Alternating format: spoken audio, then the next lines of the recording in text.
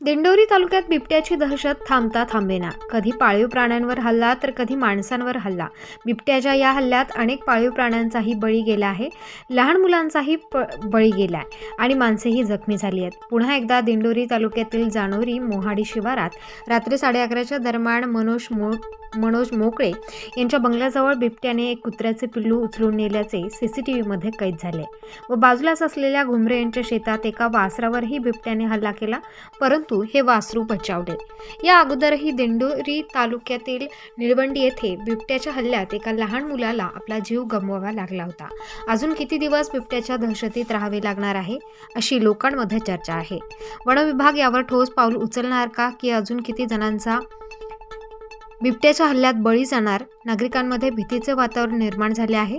शेतकरी वर्ग असल्याने रात्री अपरात्री नागरिकांना बाहेर पडावे लागते, परंतु बिबट्याच्या भीतीपोटी बाहेर पडणे कठीण झाले आहे. वन विभागाने तात्काळ ठोस पावलं उचलून बिबट्याची दहशत थांबवावी, अशी नागरिकांकडून मागणी होत आहे. बिबट्याच्या दहशतीवर आळा बसेल का? नागरिक सुटकेचा निश्वास सोडणार का? हे बघणं महत्त्वाचं ठरणार आहे. प्रतिनिधी मोहसिन पठाण, स्टार न्यूज, नाशिक.